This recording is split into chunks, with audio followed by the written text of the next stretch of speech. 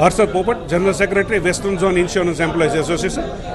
આજે દેશના 30 કરોડથી વધુ કામદાર કર્મચારીઓ સાથે LICના પણ કર્મચારીઓ હડતાલમાં જોડાયેલા છે.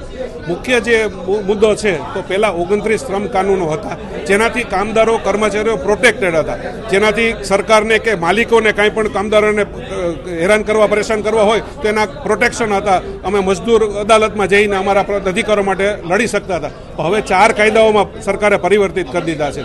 આ 4 કાયદાઓ આવવાથી આજે હવે માલિકોને સંપૂર્ણપણે છૂટ મળી ગઈ છે કે ગમે તે કામદારને ગમે ત્યારે તમે છૂટા કરી શકો. એમને કોઈ પણ પ્રકારના બેનિફિટ ન આપો તો પણ ચાલશે, એમના લીવના બેનિફિટ ન આપો, પેન્શનના બેનિફિટ ન આપો. પહેલાં 8 કલાક કામ કરવાની વાત હતી, હવે 12 કલાક કામ કરવું પડશે. પહેલાં 8 કલાકથી વધુ કામ કરતો હતો તો એને ઓવર ટાઈમ મળતો હતો, મતલબ 2 પૈસા એમના ઘરમાં આવતા હતા વધારે. હવે એ પણ બંધ કરી દેવામાં આવ્યું છે. મિનિમમ 12 કલાક તો એમને કામ કરવું જ પડે. એટલે એમનું જે સામાજિક માળખું છે એ વિખાઈ રહ્યું છે. બાળકો સાથે એમનું જીવન હવે નહીં જીવી શકે, પરિવાર સાથે હવે જીવન નહીં જીવી શકે. મતલબ કામદારોનું શોષણ દિવસે ને દિવસે વધશે. ઉપરાંત અમે LICમાં જે છે તો રિક્રુટમેન્ટની અમારી ડિમાન્ડ છે. અમે LICમાં રિક્રુટમેન્ટની ઘણા વર્ષોથી ડિમાન્ડ કરી રહ્યા છીએ, કારણ કે દિવસે ને દિવસે LICનો કર્મચારી નિવૃત્ત થઈ રહ્યો છે પણ સામે ભરતી નથી.